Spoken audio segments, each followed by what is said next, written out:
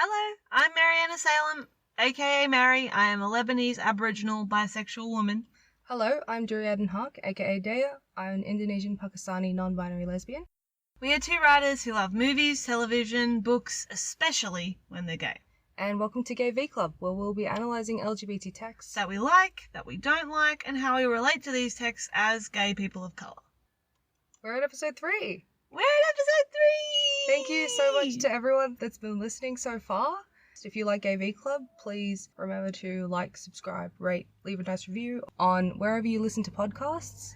Yeah, and just so everyone knows, we also have a YouTube channel, which is just GayV Club, and we put these podcasts up there, so if you need closed captions for whatever reason, our podcasts that we upload to there obviously have the generated closed captions from YouTube, so you can not miss out. We'll also hopefully in future be uploading little mini video essays to there. And other random content. But either way, you will find captions for our podcast on there if you need them. So yeah, please go and subscribe to there.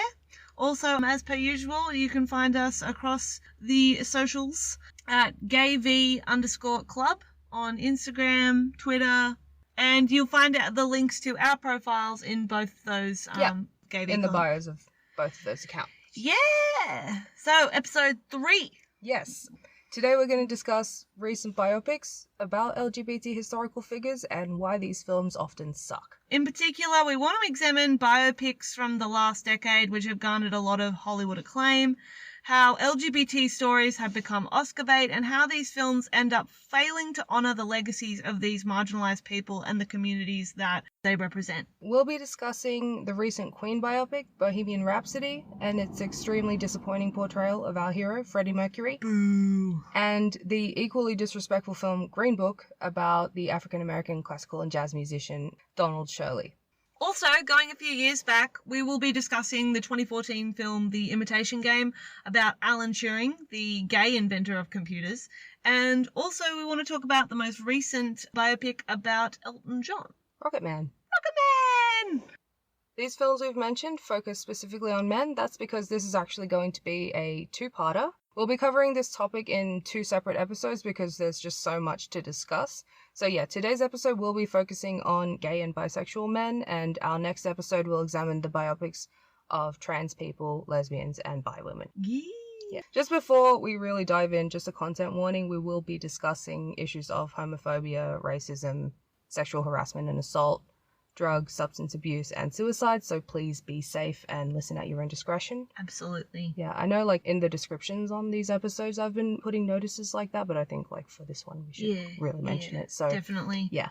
Woo, part 1. Let's do it. So, Freddie and Friends. Freddie and Friends. So, biopics. They have been having a bit of a renaissance. Well, not a renaissance, maybe a resurgence in popularity, the old biopic.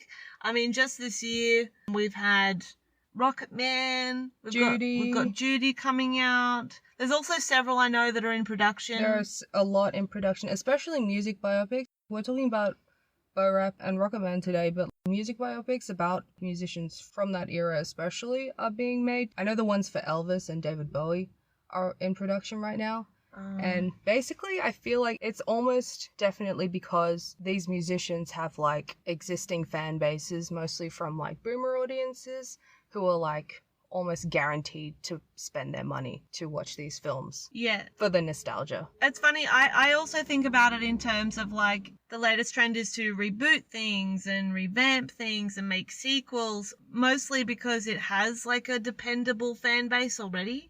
Yeah. And I think biopics are they're like the sneaky Oscar baity way to do that. Yeah, definitely. And still get clout for making something original. Also, not just in the film industry, for the music industry, this benefits because they're able to reintroduce the music from these artists to a younger audience as well. Absolutely. I know a lot of people, probably younger people, went and saw Bohemian Rhapsody and weren't really into Queen before they saw Bohemian Rhapsody, which is a shame that they never saw the cinematic masterpiece Enchanted in 2004. But, not everyone is exposed to great cinema. I think biopics in general are just a really tired format, though. That's the issue with them. Like, there's so many made, and a lot of them end up being the same, you know? So biopics are supposed to show us the life of a person, but probably the biggest flaw in the current biopic format is its refusal to accept, like, the messy nature of life, you know? Like, Yes, exactly. Like, life can't be sorted into Act 1, Act 2, Act 3. Many of these films will literally, like, take someone's crazy life story and try and just get it into Like, a 3. Make it compact enough to fit into, like, a traditional 3-act narrative structure. Which is, that's not what life is. Not what life is. That's not even what a day is, like in anyone's life. Like, these extraordinary stories of these people who are very complex and, you know, because they're people are complex, they end up being reduced into banality, you know? Yeah, quite often it ends up doing that because it's just the way that the film is structured is so boring and so ordinary and conventional. Yeah, and then in order to achieve this, like in order to compress someone's life or even just a section of someone's life, which, side note, I wish more biopics would just focus on like one section of someone's life instead of trying to cover their whole life, because you can actually do something interesting when you just focus on a section. Like, I think that's why Tonya was good, because it really only focused on like one bit of her life, not the whole thing. But yeah, in order to achieve, like, when they do the typical like biopic, this conventional structure. Yeah, the conventional structure of like, okay, we're going to pick this person, we're going to make a biopic about their whole life. Okay, so in order to suppress it down into a 3-act structure of beginning, middle, end, they do things like mixing up the chronology of events and like cutting out whole segments of these people's lives entirely, or exaggerating or understating things in there that were part of who they were, or just, in some cases, completely fabricating the version of events that is their life. All these things are done, like, to a criminal extent in the first film we want to discuss today, which is Bohemian Rhapsody. Or as I like to call it, Bohemian Rhapsody. But we'll just call it Bo Rap. So what's Bo Rap about? Bohemian Rhapsody, 2018, directed by Bryan Singer and Dexter Fletcher.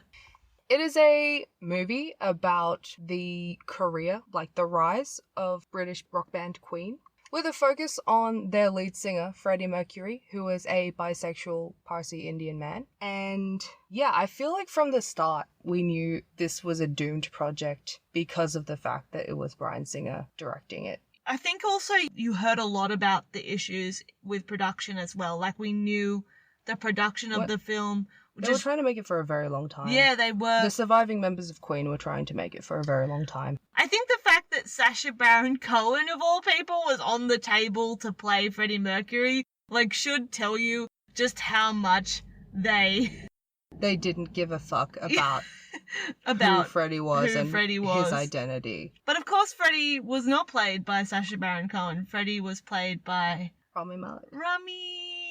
Who we previously loved, but he said some very questionable, very disappointing things throughout his award season campaign. He was talking about how, like, the spirit of Freddie Mercury, through all the hardships during production of the film, like, kept the project going. Like, as if Freddie Mercury's ghost was, like, trying to suppress this information about Bryan Singer, as if in order to make the movie, because apparently, like, the story, it was so important that his story be told in this particular way, which is obviously just bullshit. I'm, like, still not over that, actually. Like, what a waste. Can I just say, I think it's really weird that this movie got award clout. Absolutely. Because even though despite the shitstorm that was happening in Hollywood at the time.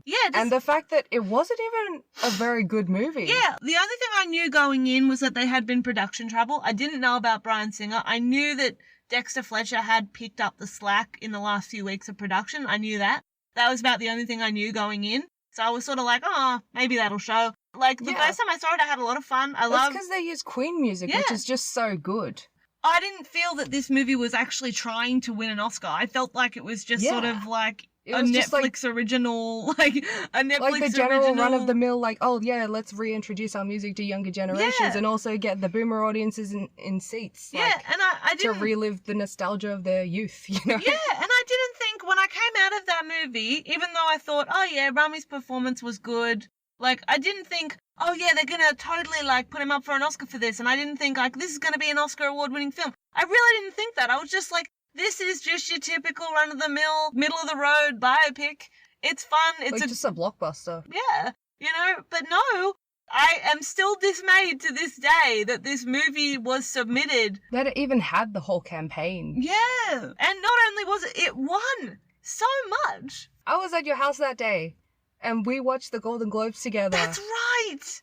And, Yeah. like, I didn't even realize that it had been nominated for Best Picture Drama. Neither had I. We were both shook. We were both like, what the fuck? It was crazy.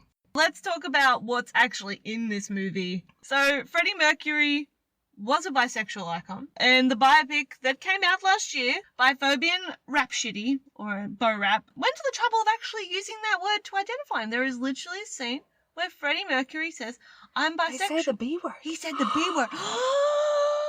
But the film's respect for Freddie's sexuality started and stopped there. Yeah. The rest of the film, almost systematically, and I really felt this, sought to demonize Freddie's attraction to men, framing Freddie's casual relationships with men as acts of deviance leading to his corruption. This was quite frustrating to me even when I was watching it for the first time. I was like, this movie is almost split in half. Yeah. Like, the first half is Freddie's happy heterosexual life, you know, or heterosexual adjacent life, you know, not to perpetuate the idea that he's heterosexual. Yeah. But yeah, his heterosexual adjacent life is the first half when he's with Mary. And the second half is his deviant gay life when he's no longer with a woman and no longer in that heterosexual adjacent life. So by comparison, in the first half of the movie, his relationship with Mary Austin is framed as key to his rise to success in the film's first act, and even goes so far as painting her as Freddie's savior from the film's main antagonist, which of course is Freddie's boyfriend and manager, Paul Pretner. The fact that Paul Prenter is really the only man that we see Freddie have a quote-unquote relationship with. On screen in the film. On screen, like a proper... Well, not even a proper relationship. Not proper, but it's everything is so half-assed in that movie. Oh my god! But it is it's the central one. There are two central romantic relationships in that movie. The one is with Mary Austin, and the other is with Paul Pretner. For the sake of cinematic scandal, Bohemian Rhapsody renders Freddie's attraction to multiple genders into like a juvenile metaphor for his moral duality. Even reducing Freddie's longtime partner, Jim Hutton, to a footnote in this movie. Like, this man, I'm so angry about this because Jim Hutton literally was the man at Freddie's side when he died. Like, literally they were together for nearly a decade, and he was literally like the person Freddie had by his side when he died. And to reduce this man to a footnote, it ultimately fails to respectfully represent the complex struggles of one of music's most loved by men of color. Like, because it can't help but literally split this movie in half and literally make Freddie's bisexuality into a, like, moral analogy. Like, rather than actually treat it like a part of his life. Yeah. There are, like, a lot of inaccuracies in the film, including, for instance, a lot of the songwriting processes depicted in the movie are definitely made up. What you mean? But especially... You mean Freddie didn't come in and friggin' just improvise, we will rock you? Just the boom boom clap? What? Yeah. What? No. Yeah, all those sequences are so simplified. Like, they're cute, but also, like, they're such bullshit. But I think one of the most offensive, there's so many. Yeah, of the inaccuracies. So, this film is riddled with inaccuracies, definitely, but probably the worst one is the way Jim Hutton is portrayed in this movie, especially with his introduction. So, the film introduces Jim as a servant/waiter. Yeah, he's a waiter at Freddie's house. Working in Freddie's house after a party, where the first thing that movie Freddie does is actually sexually harass him. Yep. Like, literally gropes him. Like, this is almost certainly untrue, as most sources state that they met in a nightclub. It's just, like, such a clear attempt of defamation to Freddie's character and a demonization of his same-sex attraction. That is totally unnecessary. They just wanted to use it as like an extra zinger on how corrupt Freddie had become, and to use Jim as sort of like this weird spiritual guide. Like Jim is kind of seen, like this happens maybe like during the second act of the movie, and then Freddie kind of finds Jim at the end of the movie, and Jim is sort of like this prize. Because Freddie has now finally learned, like, the value of love and friendship. Yeah, Jim is sort of used as a moral indicator of where Freddie is at in his 3-act story arc. Yeah. So, when he meets Freddie in Act 2, it's like, oh no, he's not ready. He doesn't deserve me yet, He does because he's a bad person who's a dick to his bandmates and takes all the credit for being, and is just too iconic for the rest of them. Yeah, so this is not how life works. Like, this is not how life works. Like, you don't meet someone at some point in your life and then, 8 years later when you're finally, quote-unquote, worthy of them, like, that's when... Yeah, you just check up all the possible Jim Huttons in the phone book to find them, like... Yeah. Like...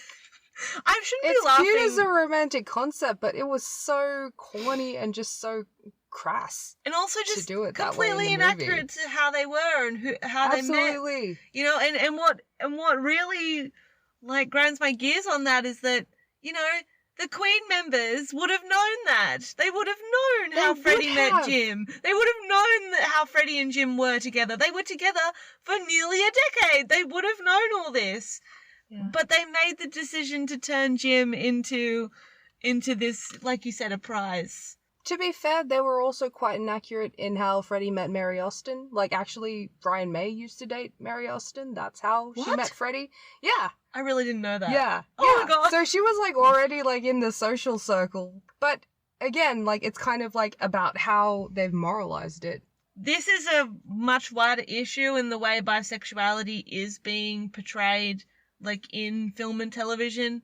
And hopefully we'd like to do a future episode on this at some point, because it is something I find very angering, to the point where I can't find the right word, but it aggravates. Infuriating. I find it very infuriating that in this movie specifically, Freddie's same-sex attraction is for the most part completely demonized. Even the meeting with the person who he does spend the rest of his life with, who happens to be a man, that interaction itself is also demonized. To the point where a lot of people who if you were to only base your knowledge of Freddie Mercury and his life on this movie, it would be a wholly inaccurate knowledge that you have. Which is exactly what the surviving members of Queen wanted.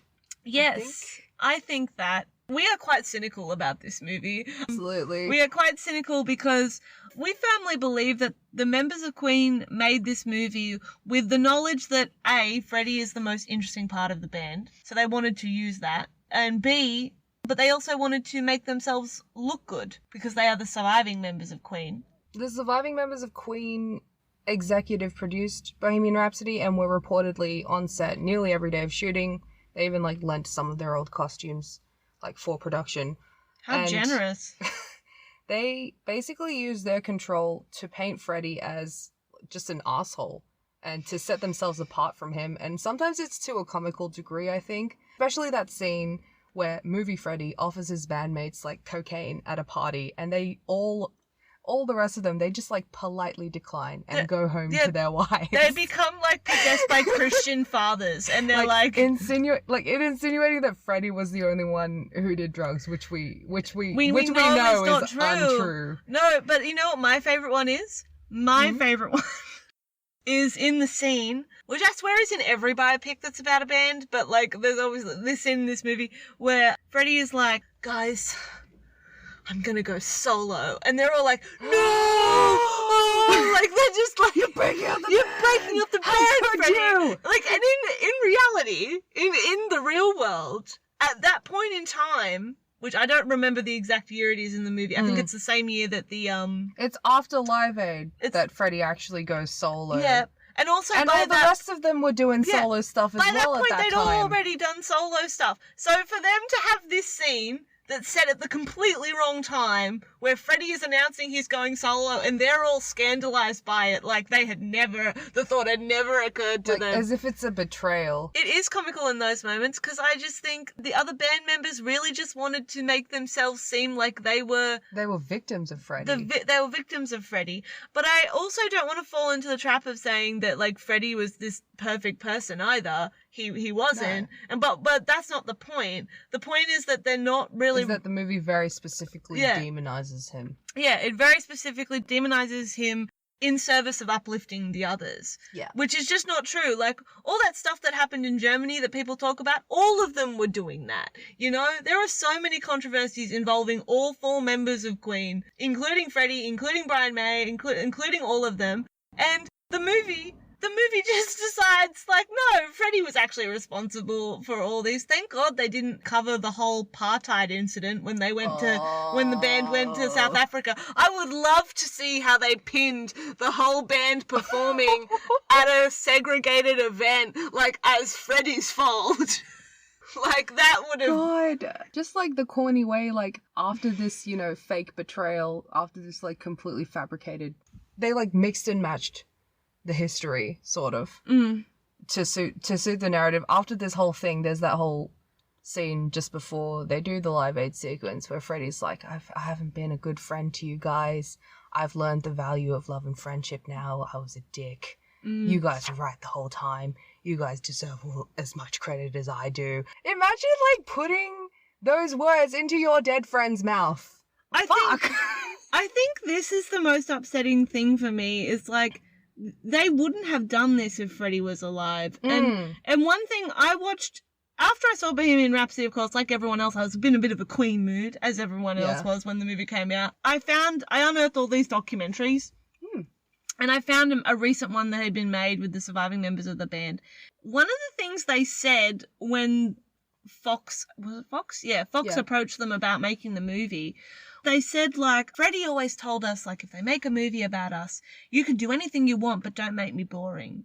What really irritated me about this statement was that you're using one of Freddie's last words that he said to you as it's like permission, as an excuse to almost not maybe to rewrite history, basically, to do your revisionist retelling of the. It made me so angry. I couldn't keep watching Doco. I was so mad. This is especially annoying to us, like, this whole ordeal, this whole film, this whole, everything involved in it is especially annoying to us, given, like... our love for Freddie. Yeah. What Freddie means to us, aside from, like, what I'd listened to as a child, definitely, like, as a teenager, I went through a Queen phase. Well, basically, I was going through, like, an old music phase, which was quite embarrassing. Like, I would be listening to the Beatles and such. I don't talk about that. But, like... you know, when I was like 15, 16, actually starting to first question my sexuality, like, I identified as bisexual back then. And when you're 16, this is in what, 2000 and... Would have been when I met you, so it would have been like 2013, 14? No, it was definitely earlier than that. Maybe I wasn't 16. Maybe it was earlier than that. And I was just researching bisexuality. And obviously, back then, there were a lot fewer resources that were, you know, SFW and, you know, age appropriate for me at the time. Like, I would ask, hey Google, what's bisexuality? And, you know, some pretty awful results came up. Instead, I tried, hey Google, who is bisexual? Yeah, same with me. And then Google was kind of like, oh, only the coolest guy to ever live. Yeah! Only the flyest man who ever lived. I'll be real, I didn't really notice Freddie Mercury till a bit later, till I was in my teens. The first time I heard a Queen song was in the film Ella Enchanted.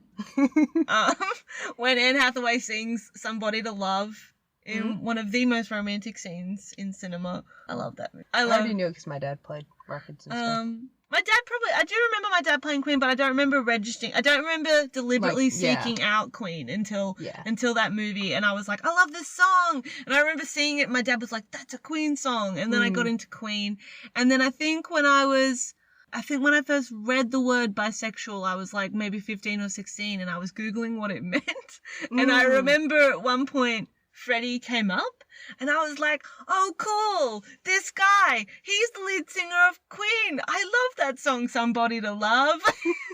And I just remember, like, I was like, this is so cool. Like, he was, like, one of the first people I learned about who was bisexual and who was a real person. Obviously, there were a lot of fictional characters that I was like, oh, they're bisexual. But he was the first real person. I recently learned that he's also, like, a person of color, and that made me happy. Not recently, like, with the movie, but before that, I'd only recently learnt it. And he meant a lot to me. And I think, you know, also I just loved the music growing up. And I think it's really disingenuous to portray the person who helped create that and who also meant a lot to so many other people of colour who are gay or bi. I think it's just really awful to not honour what he meant to us and to so many people. It's so self-serving. The scandal only serves to make people... It's almost like they want you to be angry, because also that makes you buy Queen and listen to Queen. And I actually got so sick of Queen during this whole period, listening to Queen, because I was just so mad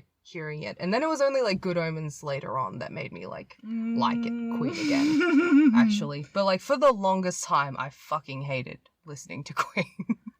I understand. Like throughout that whole award season ordeal, it was too much. Can I also take a brief note? One thing I found really strange during that whole period was the way people were, the only word I can think of for it is like fictionalizing Freddie. They like Disney-fied Freddie. Yeah, Disney-fied him. Like people were making weird fan arts of Freddie and Rami, like together. And I'm just like, this is real people you're talking about. Rami Malek is a real person. Freddie Mercury was a real person. You can't just draw fan art of them because you think it's cute. They are people. It's so awful. It was so strange. And then all this weird content like of Freddie and Brian, like they shipped them. And I'm like, why are you doing this? These are real people that existed. Why are you trying to fictionalize them gross. Like this? That's so gross. And they were even like reblogging like real footage like of them like just being, I don't know, friends because they were friends. And it's so sad with so many of these LGBT biopics. Like a lot of them end up being just attempts of defamation. Yes. To these people. Because that's what gets it attention. Yeah. You know, if you can expose someone that people love as someone who was maybe not that great, even if it's not accurate, even if it's not complex or nuanced, that will get you attention. That will get you clout. That will get you... money. Capital! Speaking of capital, we also can't forget the capitalist interests that were involved in telling the story in such a way. The film was shot in a way that makes it quite easy for any explicitly gay content to be edited out in order to pass censorship in countries like China and countries in the Middle East so that they could sell the film in those countries. I didn't know that. And when you pointed it out to me, went and watched the movie with my brother, and I was sort of watching it and visualizing like, okay, you can just seamlessly edit. In China, I believe they cut out like 6 scenes. What I was saying was like, I actually was like, okay, I'm imagining this bit isn't here. What does the movie do now? And it really shook me to realize that nothing changes. Not only did they spend the whole movie demonizing Freddie's sexuality, but they made it inconsequential in a way that is easily dismissed. Yeah. Which is just not that's not how you write about someone's life. And not how you write about someone's sexuality. No. But yeah, it's just also another attempt at defamation. And they also know that portraying bisexuality or just same-sex sexuality in this way will also make it more appealing to audiences. Especially like homophobic audiences, maybe fans of Queen but are also homophobes. It makes them more comfortable to know that, oh, well, Freddie's same-sex relationships, well, you know, they were. Oh, well, Freddie was an asshole. Yeah, Freddie was an asshole, or his relationships were corrupt and bad, or, you know, it makes them feel better about liking him. About liking Queen. It makes them feel better about the systems that they helped keep in place that would oppress people like Freddie. It makes them feel better about their homophobia because they can say, well, Freddie was an asshole, so he deserved. And that's, okay, can I just mention this last thing? Yeah, sure. The way that Freddie's AIDS is dealt with in that movie, I don't think we can not talk about this. First of all, in terms of inaccuracy, Freddie didn't get his diagnosis till like 5 years after Live Aid. So that whole scene where he tearfully tells them before they go on that stage. Oscar-winning moment, trademark. That Oscar-winning moment trademark, where he tells them that he has AIDS. That didn't happen. That's completely inaccurate. He didn't get his diagnosis until something like 3 to 5 years, I remember reading afterwards. He was very quiet about it. He was very quiet about it, which I think maybe is the only thing they did accurately about that scene where he was like, I don't want anyone to know, please don't tell anyone, which they didn't. But also to frame it as a sort of, well, this is your punishment. This is what you get. You know? Like, oh, I repented for my sins, but it's too late now. And also framing it like that's the reason why he went and apologised. He didn't actually want to apologise to the members of Queen. It was just because he was dying. It's horrible to use that disease in that way. I can't even talk coherently about it because it makes me so angry. I think that, of all the things in the movie, right, most of the stuff in the movie you can pass off like they really didn't care about Freddie. Like, fine.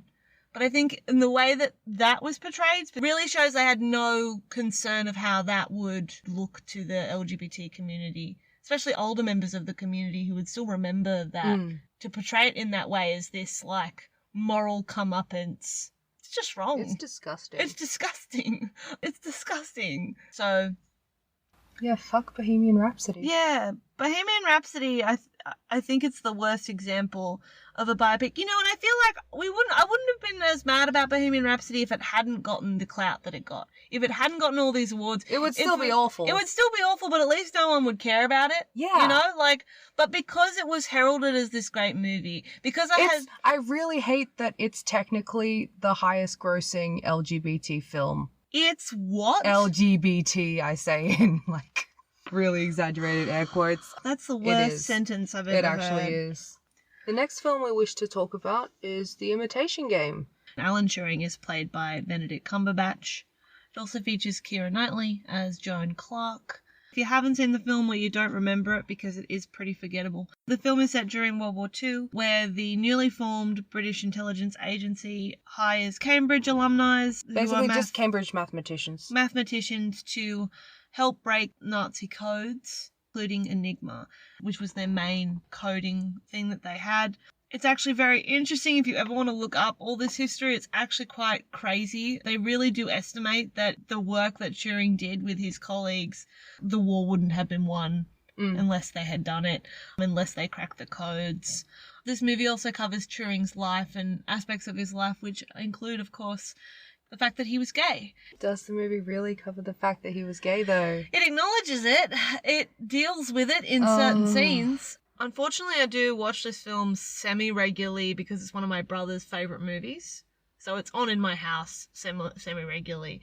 And one thing I do notice now that I'm a bit older and have a bit more media literacy is the way this film portrays Turing's same gender attraction as an obstacle that he had to overcome to achieve what he had contributed to what he's contributed to the world. So it's like the film is almost saying, you know, he achieved all of this, he did all of this despite being gay, you know, despite the fact. And it's interesting that they almost frame it like it's on him. Like, this is your fault, you know, whereas, you know, Alan Turing would have still done all those things. Yeah. And in fact, the reason it's an obstacle, the reason him being gay is an obstacle is because the same institution that applauds him for what he's done was also the institution that sentenced him to chemical castration. Yep. And not just him, but like so many other gay men. From that period. Maybe the one good thing about this film is that was drawn attention to by people who worked on the film, not just Benedict, but wasn't others. it like at the time the film was released, the government had decided to, like, you know, posthumously pardon? Yes, but there were hundreds of other men that actually haven't been pardoned. Like, he's been pardoned, but there are hundreds of other men that weren't. Yeah, just the ones that are kind of, you know, noteworthy. Just the ones that contributed something, which I think is a very toxic thing to say. It's like, it's like a very harmful thing to say, like, we'll forgive you for being gay. 100 years after, like not 100 years, but like, you know, like after we killed you. After we've killed you, but only if we can look at your contributions and go, I suppose he basically invented modern computers. I suppose we can forgive him for being gay. It's so awful.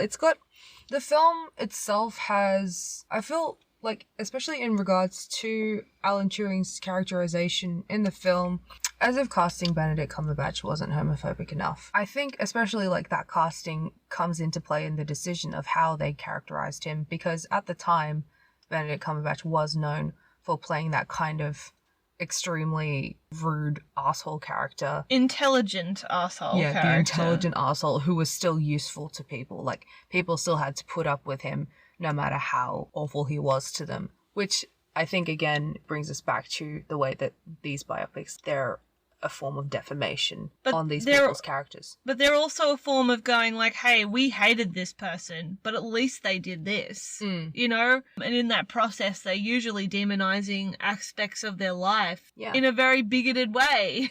One of the things I want to talk about that Benedict said was he was like, oh, you don't have to see Alan Turing like be with men in this film to understand that he's gay. Like, he was specifically bragging about the fact that this film didn't show Alan being with men as, like, a highlight, like, as something progressive. Because, you know... Like, just in case you're a homophobe, you can still watch this movie and not feel sick.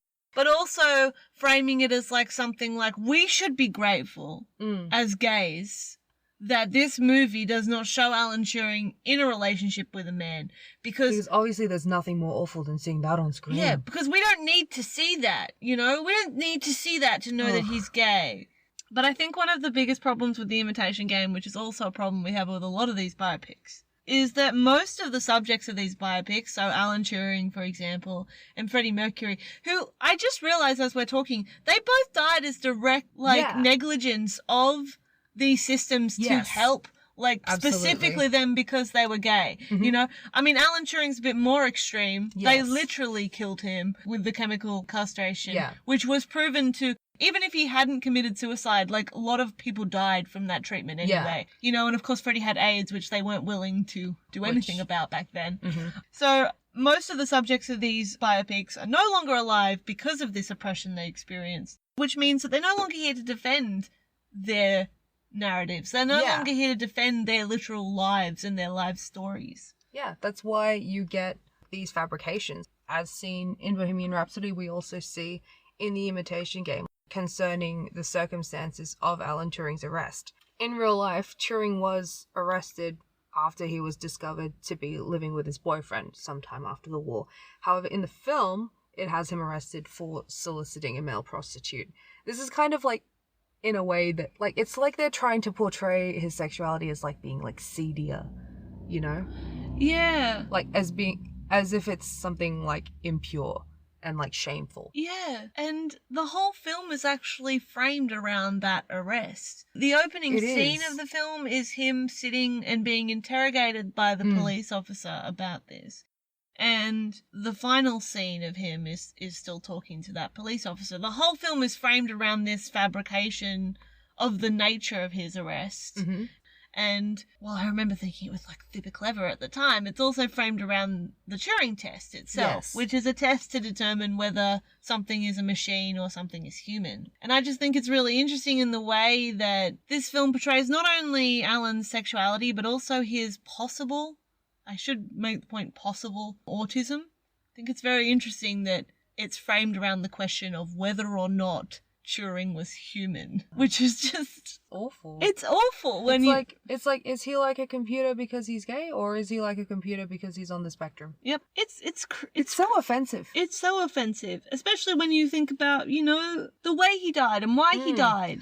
I think ultimately, like, it is defamation of Turing's character, and ultimately it's like an attempt, by portraying him as an arsehole, by portraying him as this seedy, corrupt homosexual who, you know, gets arrested. It's kind of like an attempt to downplay the cruelty of what the British government subjected him to that chemical castration, which, after everything that he had done for them, after everything that he had done for the world, basically, leading to his suicide. One of the biggest problems with the Imitation Game, which is present in most of the films that we're discussing today. Most of these subjects of these biopics, they're no longer alive to defend their legacy and control the narrative of their oppression or their character in general. The Imitation Game is just like pretty much every other British war film. It's propaganda, first and foremost. And it's an attempt to erase the institutional guilt of how they murdered Alan Turing, I think. I think so. I definitely think so. It's treated again. His literal chemical castration is treated as a footnote. It's not treated as a crime, which it should have been. It's not treated as something that is horrendous. It's sort of a very quietly subdued scene at the end of the movie where, you know, Keira Knightley gets her trademark Oscar monologue of like, I think it's the people that no one imagines. She does the teeth gritting. Anything of do the things that people, whatever she says. Yeah, whatever she says. Like, you know, sort of I saying hate Keira in that movie. And she's saying this to him, like, is that meant to make him feel better about the fact that he's literally being poisoned by his government? Like, oh my god. After everything that he did for him, and even if he hadn't done anything for them. Yes. Again. Even if Alan Turing had not done a single thing. Like, this just brings us back to that selective pardoning that they did around, like, just before the film was released. Yeah. Of gay men. What they did to Alan Turing is wrong. And it's wrong regardless of what he did. It's wrong that they did it to all those men, and it's wrong they did it to him. But the fact that the movie tries to portray, like, oh, this is especially sad because of what Alan Turing did. Like, no, it's sad, it's horrible because you did that to so many people. Because you were evil. Like, it is propaganda in a way, and it is a revisionist attempt at alleviating a guilt that you wholeheartedly deserve to have. But of course, it's never in the interest of these biopics, it's never in the interest of these films to actually criticize the institutions. Yeah, and to actually be respectful of these figures, I think. It's always done to various degrees. But I think this issue of defamation, I think a more recent example, even than Bohemian Rhapsody, of how horrible this can get is Green Book, the film Green Book. I actually couldn't finish this film. I'm gonna confess on the podcast, I did not finish this film. I think I started the first 10 minutes and then was like, what am I doing? I could do anything with this hour and a half of my life, and I just turned it off. I drank some wine and I forced myself to sit through this film. For the purpose of this podcast, though, I did do a lot of research on the film. Yes, you did. Written by a lot of people. So I'm not totally misinformed, but I will confess, because I think it's a fair enough thing for me to say, like, I haven't watched it. What you wrote, like, I'd read what you wrote, and then I watched the film, and I'm like, this perfectly encapsulates it, basically. So, yeah, let's move on. Let's move on to Green Book. The issue of narrative control in LGBT biopics is demonstrated possibly at its most monstrous in Green Book, which was this year's Best Picture winner at the Oscars. I still can't believe that happened. Green Book centered on the apparent, quote-unquote, friendship between Italian driver Tony Vallelonga, played by Viggo Mortensen, and Black classical and jazz musician Donald Shirley, portrayed by Mahershala Ali. He was the only thing that made watching that film bearable. Like, he just looks so good, as he always does. And, like, admittedly, I do quite like the costuming in that movie. I'll give it that. But everything, like, at what cost? Yeah. At what cost? At what cost? By all accounts, Dr. Shirley was open about his sexuality as a black man in the 60s could be. Yet the film rarely deals with this part of identity. Like, from my research, like, I really couldn't find much about it. Instead, it seems to only favour it as a brief tool to further bolster Tony, his role as Shirley's white saviour in the film. In a scene in the film, Dr. Shirley is arrested at a YMCA for being with a man. Tony pays off the officers to release him, and the rest of the film is spent not bringing up his sexuality. So it's only brought up, as far as I could tell, in this one scene. It's not even brought up, to be fair. Like, the rest of the film is spent not bringing up his sexuality, his relationship to it, or even what it was like to be a gay or bi black man in the 1960s, because... Like, I knew that this scene was going to come up, but the scene itself, like, actually shocked me in how awful it actually was. It acknowledges his sexuality while casting it in an extremely shameful light. He's completely humiliated. He is naked and handcuffed to the shower at the swimming pool. Oh, God. At the public school. Like, with another man. Like, he and another man, they're literally handcuffed to the wall while police officers are standing around him, like, kind of jeering. Oh, my God. Which it's so awful, and that they're obviously like crushed up to cover themselves because they're left that and they're like, I am it's so sorry awful. that anyone had to see this, including you. That is terrible. That's what you get when the guy who wrote Dumb and Dumber writes a movie about this. Also, just like the writers themselves, none of them were actually in contact with Dr. Shirley's family. The worst thing in relation to narrative control is the fact that they erase his relationship to his family and his relationship to being black. Because there was no involvement from his family, from people who knew him, really. I don't think there are any even black people involved in the main production. Octavia Spencer was producing, but also like Peter Farrelly, who directed and was one of the writers on the movie, like he would throw her under the bus for any like criticisms of racism that he happened to get throughout award season. The awful thing about this story is it's very much just about Viggo Mortensen's character, about Tony Vallelonga. Donald Shirley is literally in the back seat, but also figuratively. He's kind of like this one remarkable thing that happened in this driver's life. And for some reason, they decided to make a movie. I feel like, especially the irony of the filmmakers insisting that this film is a true story when there's actually a big scene like in the beginning of the movie where Tony explains that his nickname, Tony Lip, comes from being like the best bullshitter in New York. Like, you literally have a whole scene attesting to, like, how much of a liar. Protagonist, to being a liar. To being an unreliable narrator. And then insist that this is a true, heartwarming story of, oh, you know, I opened my heart to black people after I, you know, spent some time with one. One thing that upset me was the way the film almost utilized the contested nature of the story, like, as a marketing strategy. Yes. And I can't count how many think pieces and out-of-context interviews I found from both parties that were put in the New York Times. From people who were, like, for or against. Yeah, it put in the Atlantic. Like, the fact that this story was inaccurate or was used as part of the campaign, it was literally used as something to bolster the film's status rather than something that maybe we should be questioning. I guess because the film doesn't really care about being legitimate. That's the biggest problem with all of these films, is that they don't care about being legitimate. And I think especially because none of the family members of Donald Shirley, who plenty of them are still alive, and relatives who did know him while he was alive, actually weren't even contacted. And when asked about this, like, the director and some of the crew members were told that they weren't even aware that these people were still alive.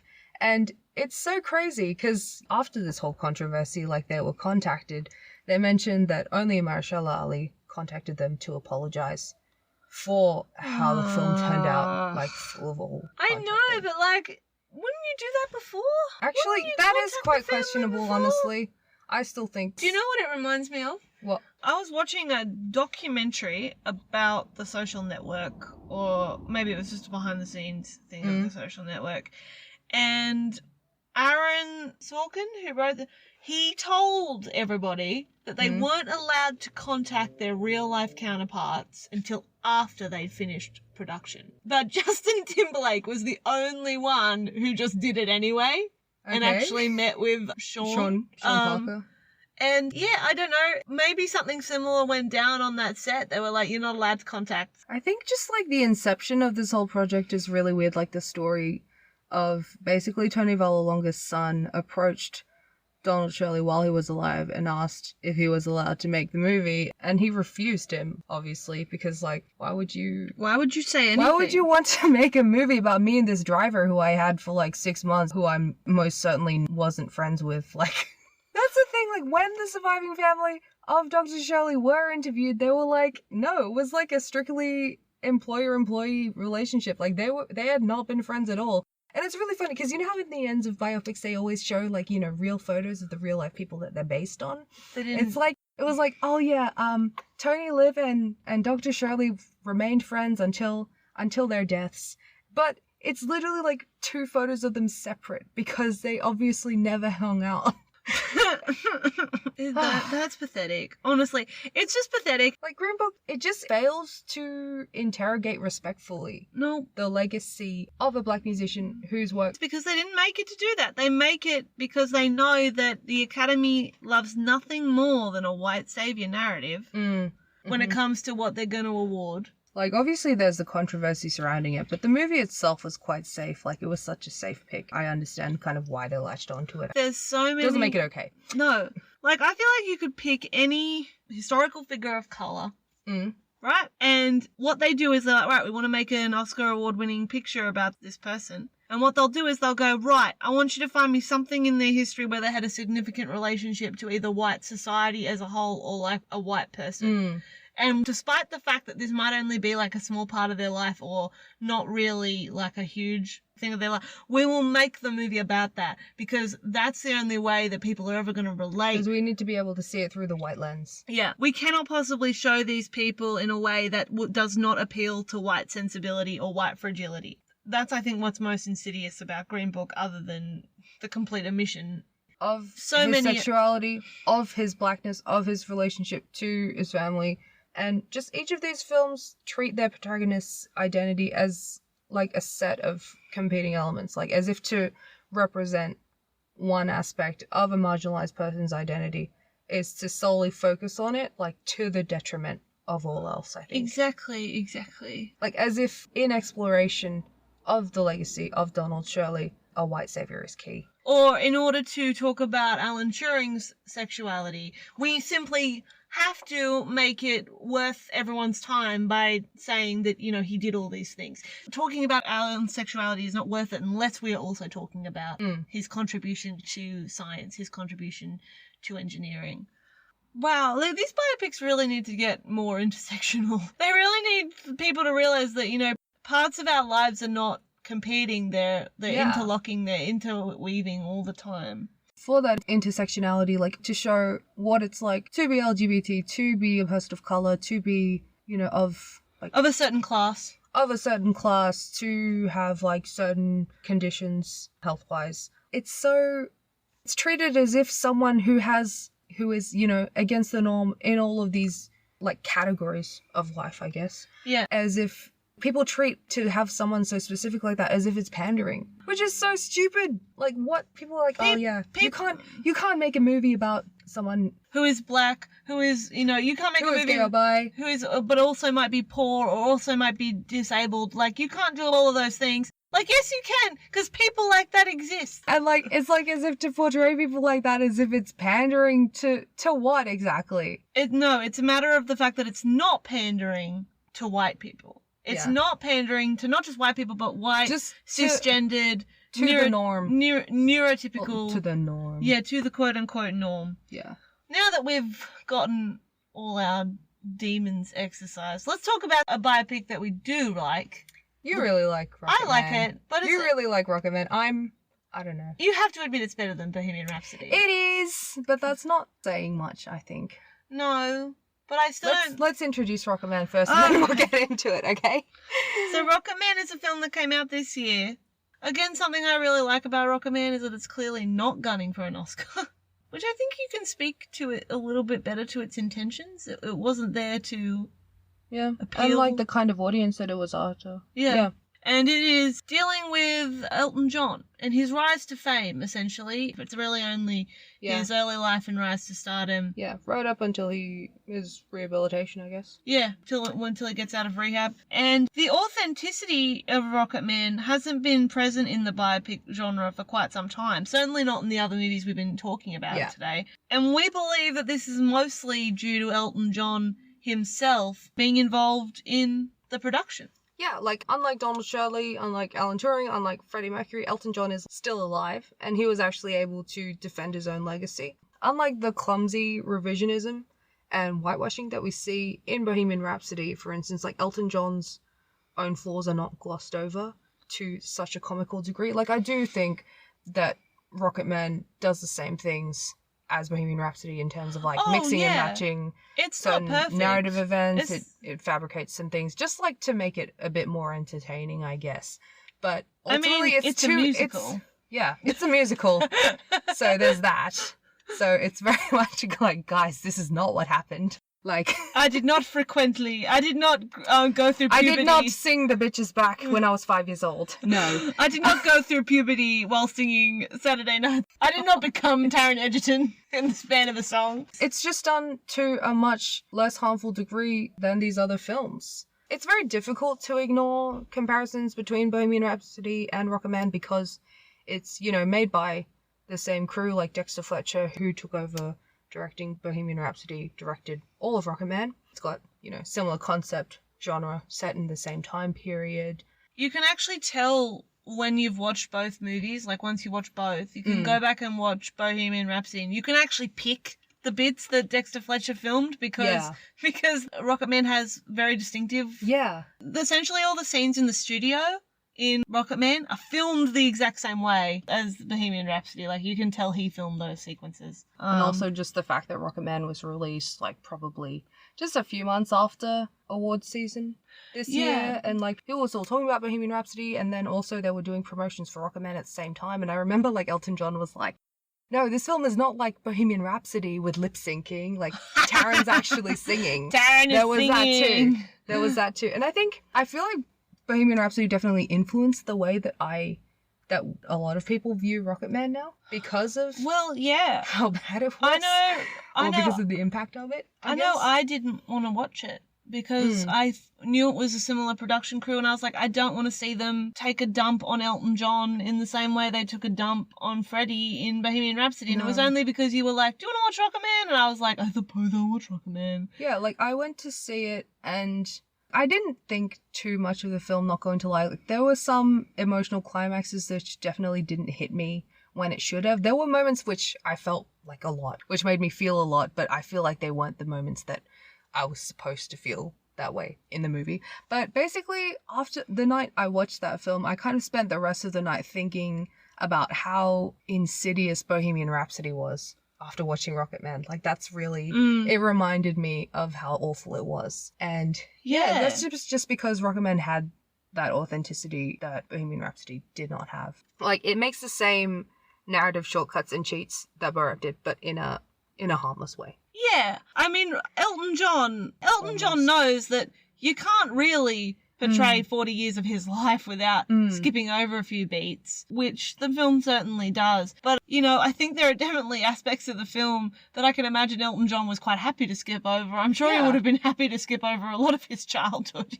And because rather than making the mistake of trying to explore Elton John's entire career, Rocketman follows a smarter narrative path, which is that the film is very clearly like a story about his addiction. Yeah, it's very clearly a story about his relationship. Yeah, and his abusive relationships. With his parents, with his romantic partners, and with himself. Yeah, and I think it's really good in that way, because it's not like they set out to make a film, and this is something I think Elton even said, I didn't want them to really just make a film about me. It had to also be about something else. Yeah. And I think he said it's a film about self-love, because he said, like, I know what it's like to hate yourself, and that's what this film is about. It's about how much I hated myself as a result of so many systematic problems, which also are shown in the movie, because I don't think you can talk about a gay man hating themselves without talking about the system that works to make gay people hate themselves. Yeah, in that way, it sort of breaks.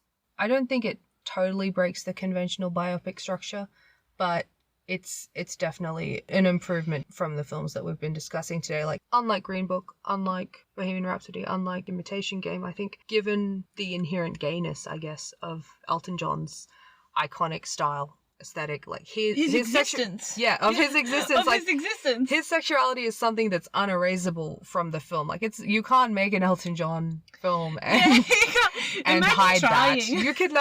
You cannot.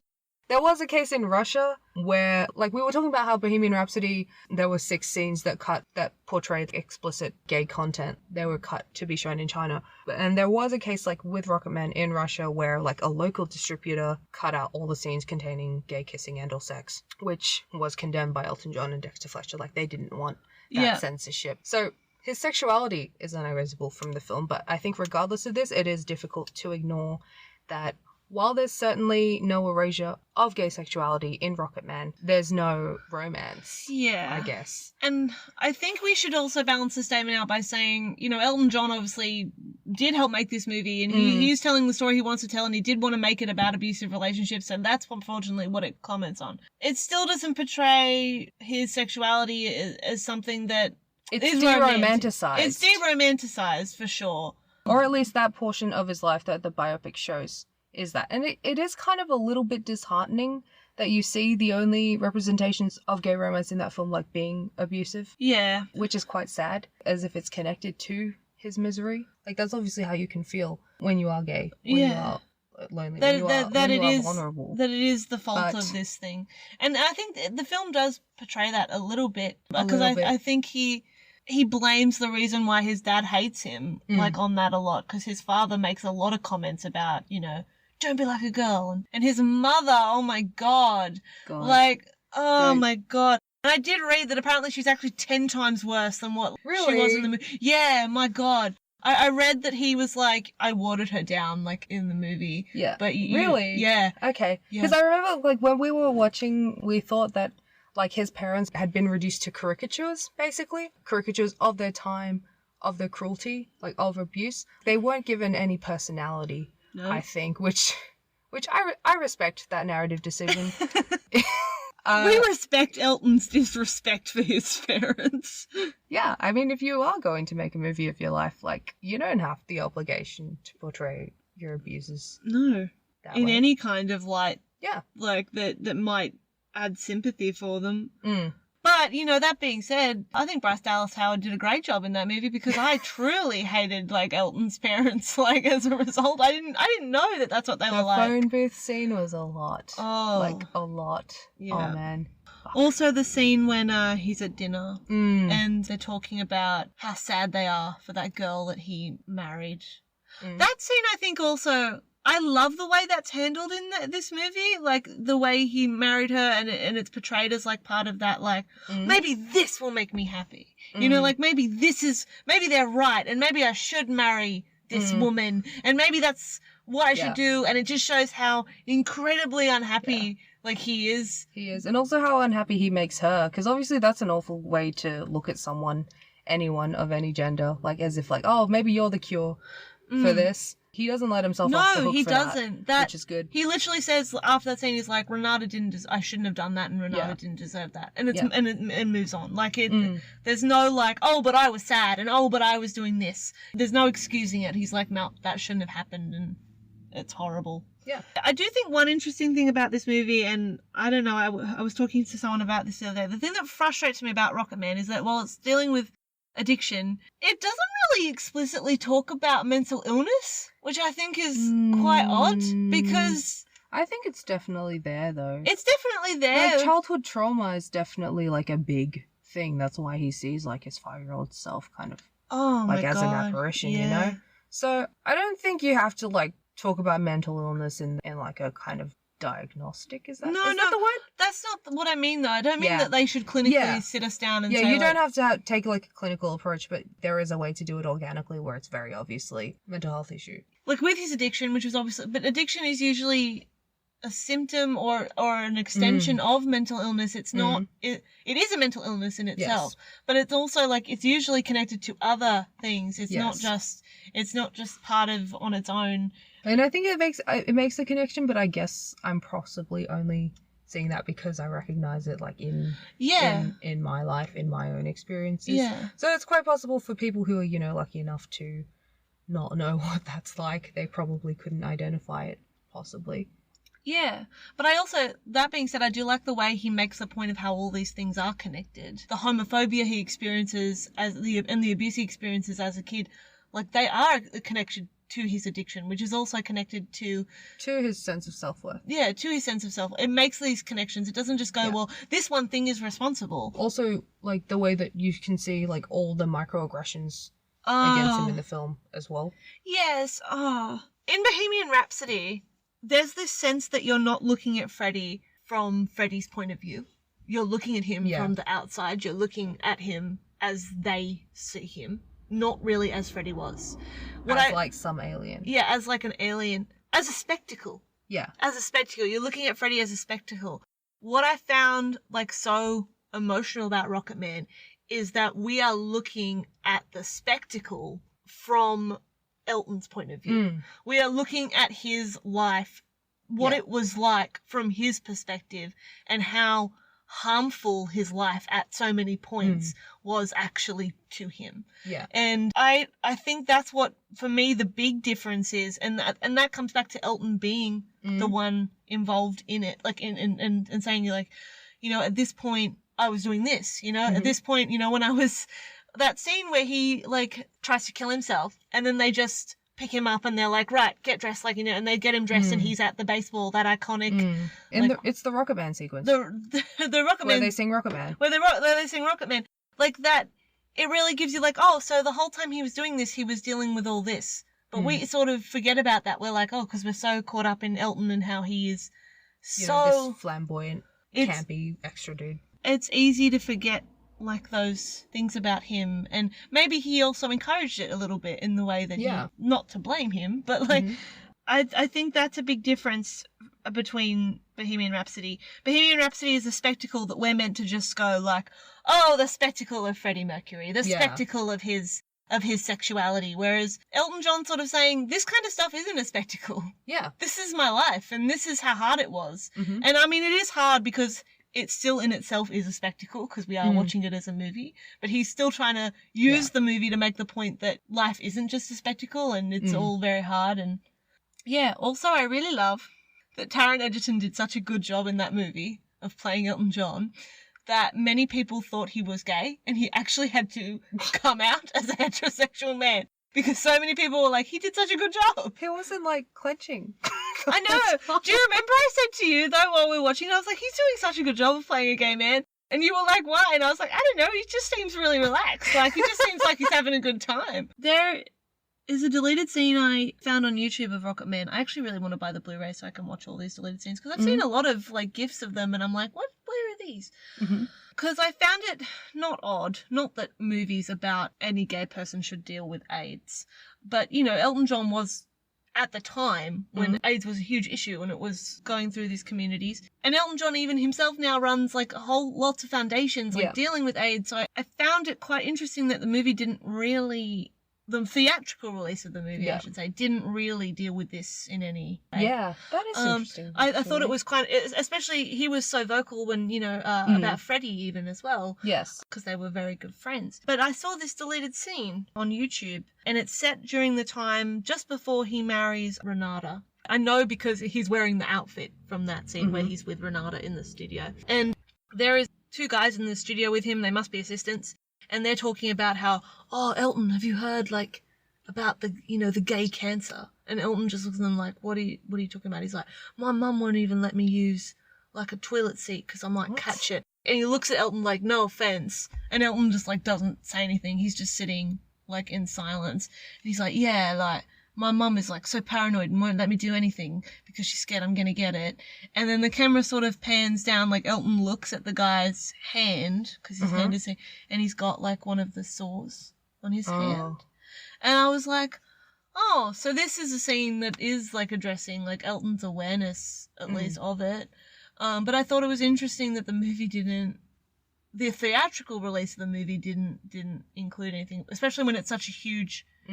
It's such a huge thing that Elton is an advocate for and puts a lot of his philanthropy towards. I don't think it's necessarily a bad thing about the film. It's just something that I thought was interesting. I think all they did at the end of the movie where they have, you know, where they show all the real photos of Elton, I think they did include...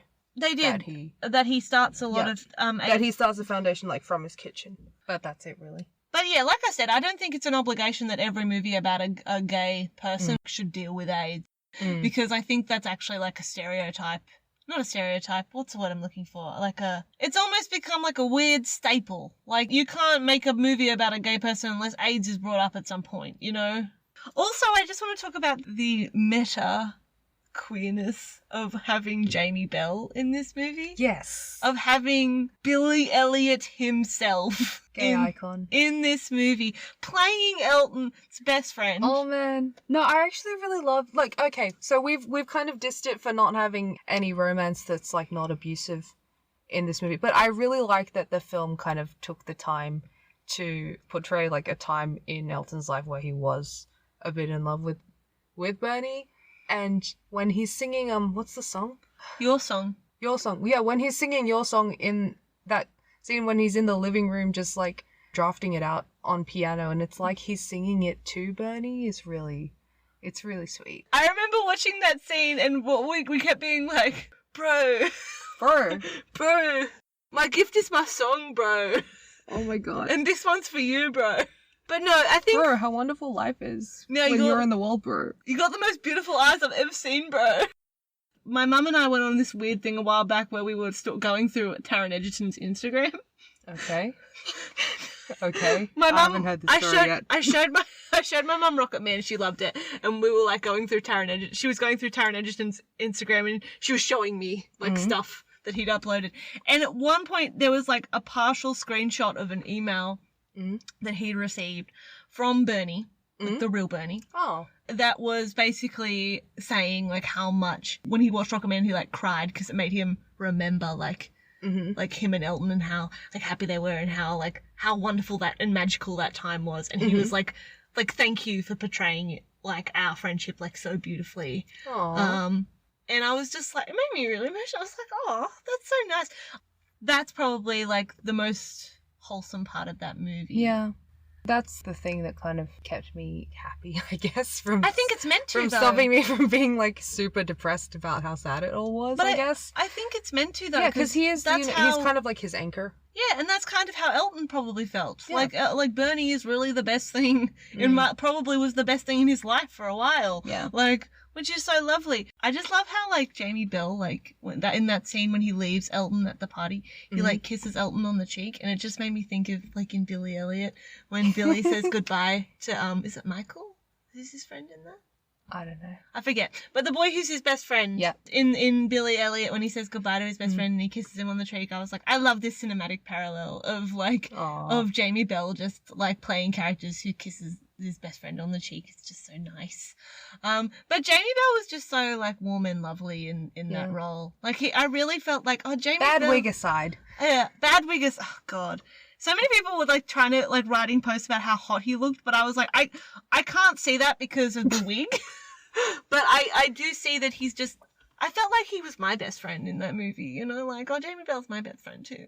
Bernie is my best friend as well. I think, well, Rocketman, while not a perfect movie, is definitely probably the best example of an LGBT biopic that we've been able to discuss today in this episode. Obviously, the issue with LGBT biopics, probably to summarize, I guess, is the issue of the current conventional biopic structure as a whole, the lack of respect, not contacting the people involved or the family of the people involved, the fact that LGBT people don't, like, very rarely get to actually control their own narratives about how their lives are portrayed. In one of my classes, we read about this concept of filmmaking, like, as community, like filmmaking as a communal act. Yeah. And I believe that's a very, like, people should approach films that way. Like, like when they're making a film. Like, you're not just making a film, you are making something that will be part of, like, a larger narrative. You're making something that will be part of something larger in terms of, like, communities, in terms of thoughts and ideologies. And it's this whole idea that when you, like, even if you're making a film about a person, you're not only making it about that person, you're making it about their family, you're making it about their friends. You're making it about their community. Yeah, and their communities and who they mean things to. Yeah. And I think with Rocketman, the big difference we can see is that the people who made this film, Elton John, they knew that going in. Like, they knew we're making a movie that is about a community of people that extends far beyond what we can actually imagine. So what we should do to the best of our ability is write something that is respectful to the individuals in the story, as well as respectful as it can be, while also telling a version of the truth that we can put into our movie. Yeah, because the thing is, like, with Bohemian Rhapsody, with Imitation Game, with Green Book, they failed to uphold the legacy of their subjects. They also failed to respect the communities that they represent as well. Absolutely. And it's horrible that they do that, because more often than not, these communities, you know, whether they be communities of class or communities or families, they are what made these people. And so to completely ignore them, to completely decontextualize these people and to isolate them from the communities, or to falsely portray these communities or these people, is just an insult to these people and to these communities, and they should do better. Like this idea that, oh, it's just a movie. Yeah. That's just not true. That's not true of most films. Most films aren't just movies. They are like hours and hours of labor made by people, about people, for people. Obviously, going back to our last episode on the importance of telling our own stories, like it wouldn't hurt to have some actual LGBT people like involved in the decision-making processes of these movies. No. It would be very helpful. It would actually borderline. It would be ethical. Yeah. It would be moral and ethical. Wow. To do that. Just saying. Yeah. As well as, getting permissions and, authorizations from their estates. Yeah. And actually, at the very bare minimum, like at least interviewing them while you're researching for these films. I'm just going to go so far as to say that I do believe it's unethical and immoral of people to make movies about these people without at least the permission of their estate or the permission of them directly, as far as it is possible to do so. Yeah. Obviously, there are some cases where that is not possible. Yeah. And in which case you should involve loved ones, you should involve their communities. But that's what we've been saying. Basically, do your research. Do your research. Just have common decency. Like, when you're making these films, don't embellish or defame or... Don't fabricate. Or scandalize or moralize purely for the sake of selling more tickets to your movie. Yeah, purely for the sake of just coming up with a completely ordinary, mediocre narrative that isn't even set apart from anything else that's being regurgitated out by Hollywood today. Because most of the time when you're doing it, all you're doing is actually just being homophobic or racist or sexist. Or one of, or all of these things at once, or ableist, or or ableist, or a lovely, disgusting blend of all of these things in one go, which is quite often the case. Which is quite often the case because, shocker, as we've said repeatedly, these people often exist at the intersections of many identities. Mm-hmm. So to insult one aspect of the identity is usually to insult all. To insult all. So thank you for listening to part 1, which focuses on historical gay and bi men biopics. Next episode, in part 2, we will be looking at how biopics fail trans people, lesbians, and bi women, historical figures. We're going to look at how the same sort of systemic issues that we've talked about with these films affect films that have focused on gay and bi women as well as trans women, such as The Danish Girl. We're also going to look at Colette, which came out last year, was it? Last year? Yeah, last year, Colette. Vita and Virginia. Vita and Virginia. The Favourite. The Favourite. And, we might talk about Gentleman Jack a little bit. Yeah. And, yeah. I did want to wait to do this so we could talk about Dickinson, but we might do Dickinson as a separate thing. Yeah, we're not totally certain how gay Dickinson is going to be, so... But we may or may not talk about Dickinson next episode. Side note, though, I'm very excited. I'm very excited for Dickinson. I am too. It looks so fun. Dickinson, is it Apple? Yeah, it's an Apple TV thing. It's an Apple TV series. So, that's where you can watch it if you want to watch Dickinson. I'm sure, though. That's where you can watch it legally. Yeah, that's where you can watch it legally. Legally. But anyway, thank you for listening. Thank you for listening. As we usually say at the start and the end of every podcast, you can find us on Twitter and Instagram at GayV_Club. And in those socials, you will find links to Dee and I's personal socials. Yep. And of course, if you liked us, please like, subscribe, rate, leave a nice review of our podcast on wherever you listen to podcasts. Yep, and if you want to check us out on YouTube, we also have a YouTube channel, and if you, like we said at the start, if you need captions for whatever reason, you can find captions to our podcast there. Anyway, everyone stay safe. Yes. Have a good fortnight. Thank you for listening. And we'll hear from you soon. Yeah. Bye. Bye.